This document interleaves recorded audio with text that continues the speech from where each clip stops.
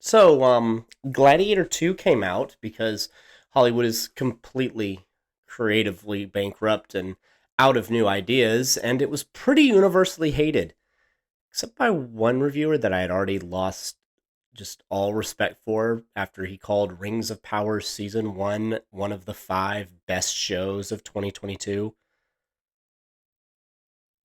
You could have picked some reruns or something. I mean, dang. And then he actually tried to defend that decision. It was a horrible, horrible article. But people said things like the movie was boring, it was an uninspired remake of the original, while also destroying the original's ending.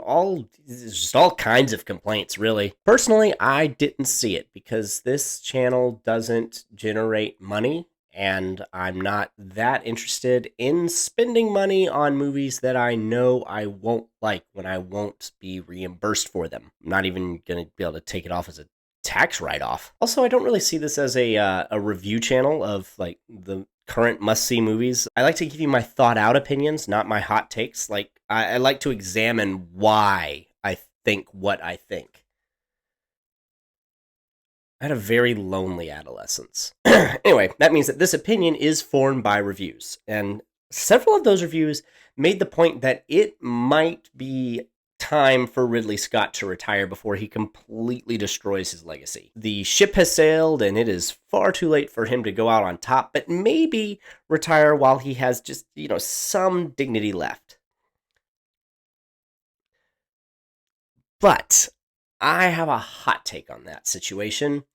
And this very spicy take is what courage looks like. If I had enough followers to start a crap storm, this would probably do it. I may lose future followers because they might find this channel, subscribe, and then find this video in my back catalog and then unsubscribe. So, here it goes.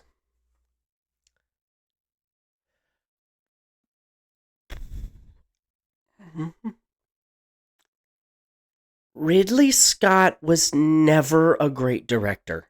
I'll just come down here for a minute. Okay. Here's the thing. Tell me your favorite Ridley Scott movies. Just about everyone will list the same three movies: Alien, Blade Runner, and Gladiator. That is out of 30 that he has directed. Also, a lot of commercials if you check his IMDb. Those three are universally considered among the great films ever made.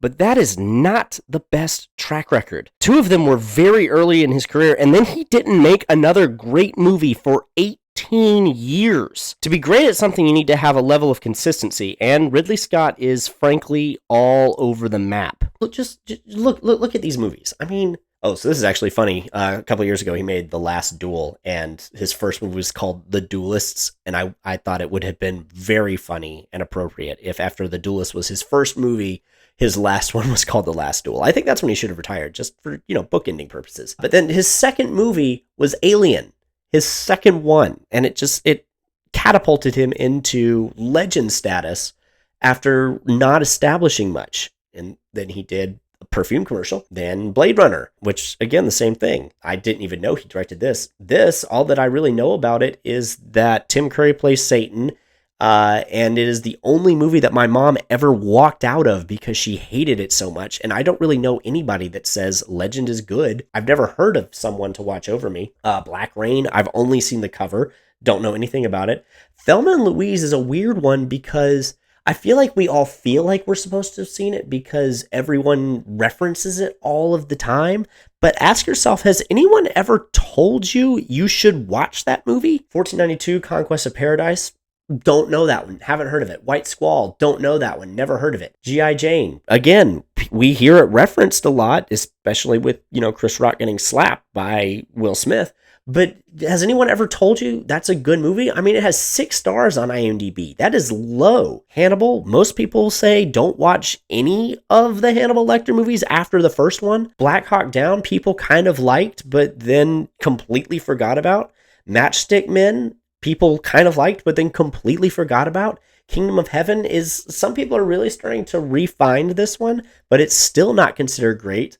All the Invisible Children, I don't even know what that is. A Good Year, I need people to remember this. Gladiator was Russell Crowe and Ridley Scott. And the movie that they decided to repair with each other was a rom-com drama, essentially, about a guy going back to his childhood home, I think because his father died. I never actually saw it because it looked incredibly boring.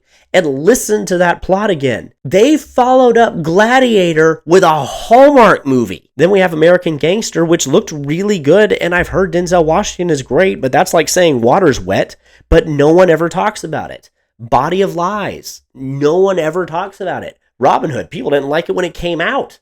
Prometheus, people didn't like it when it came out. The Vatican, what is that? A TV movie? What is he doing making TV movies? Exodus, I didn't know that had come out until it was already streaming. The Martian, that one is admittedly really good. And the first time I've said that in a long time. Alien Covenant, nobody likes that one. All the money in the world. Completely forgot about that one. The Journey, well, I don't know what that is. Oh, it's a short. A Hennessy commercial. Raised by Wolves. I've heard that it's decent, but I don't really know anything about it. The Last Duel, people kind of liked when it came out, but no one rushed out to see it. House of Gucci, I didn't hear anything about that movie. Behold, another short. Napoleon, most people agreed was really boring. Gladiator, people say was actively bad. And I mean, look at this. Napoleon is ranked less than Gladiator 2. So his IMDb profile is not good. James Cameron had a track record of consistently great movies until Avatar, and discounting Piranha 2, but that wasn't really his fault. Spielberg has only 3 movies that are still considered bad. A handful of mid, but out of 34 movies, 16, almost half, are considered great. You could even argue 18 of them because Duel was made for TV, so I'm not sure if it counts, and there are some diehard Temple of Doom fans out there. Kalima protects us. We are her children.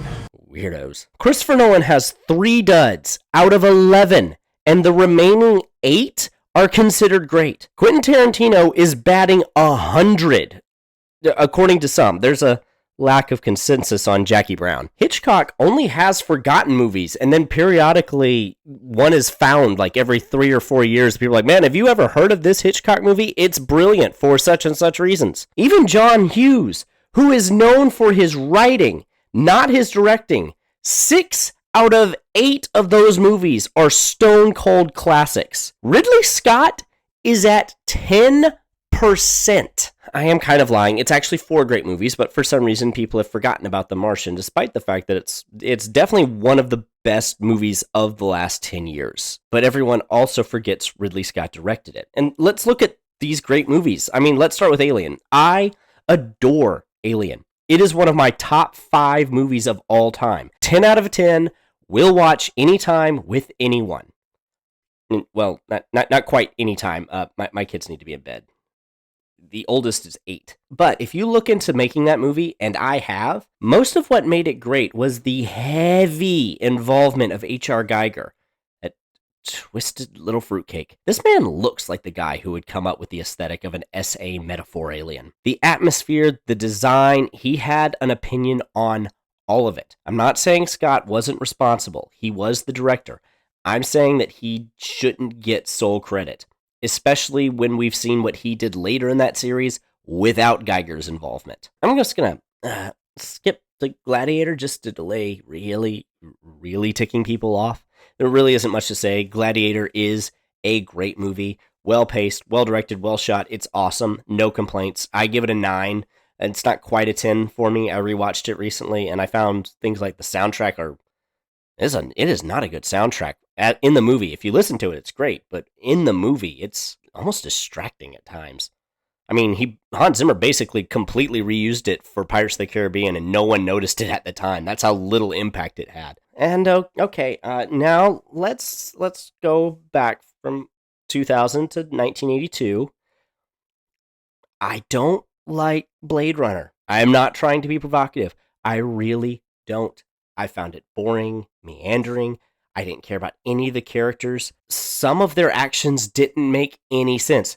Oh, we're androids and we just want to live longer and in peace, but the bad humans won't let us. Please ignore the fact that we kill several people for no reason, including the only one who showed us any kindness. I'm just saying that if you wanted us to sympathize with them, maybe make them good people so that we'll feel like they're being unjustly persecuted. And you know what?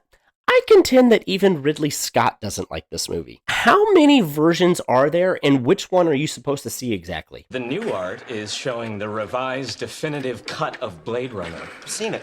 No, you've seen the 25th anniversary final cut. This one has 8 seconds of previously unseen footage. They say it completely changes the tone of the film. Those versions don't exist, but I accepted that they did until I looked it up and was proven wrong. There's 7 official releases of this movie. I don't even know how many unofficial releases there are. Maybe those do exist. It looks really good. The art design is great, but I have no desire to ever see it again. So I didn't lie. By my vote, it's still only 3 great movies. And let's go back to The Martian. It's a great movie. I loved it. But like I said, people forget it's a Ridley Scott movie, and I think one of the reasons is that there isn't anything that makes a Ridley Scott movie a Ridley Scott movie. He had 2 hyper-stylized, atmospheric sci-fi movies, and then went in a completely different direction, constantly trying new things, and he never landed on anything. He never worked with Blade Runner's art director again, for crying out loud. The movie Body of Lies looks like his brother made it. Even when he revisited genres, it was never as good. Like, even he was trying to figure out what a Ridley Scott movie was, and he never did. And his last several movies have really hammered that fact home. I am grateful to Scott. He gave me 3 great movies, but I think it's time for everyone to admit and have an honest look at the fact that he's not a great director. He's an average director that put together 3 really good teams. Katrina and the Waves gave us one of the most fun songs ever written, but we can't call them a great band because greatness comes from consistency, and they, like Scott, never achieved that.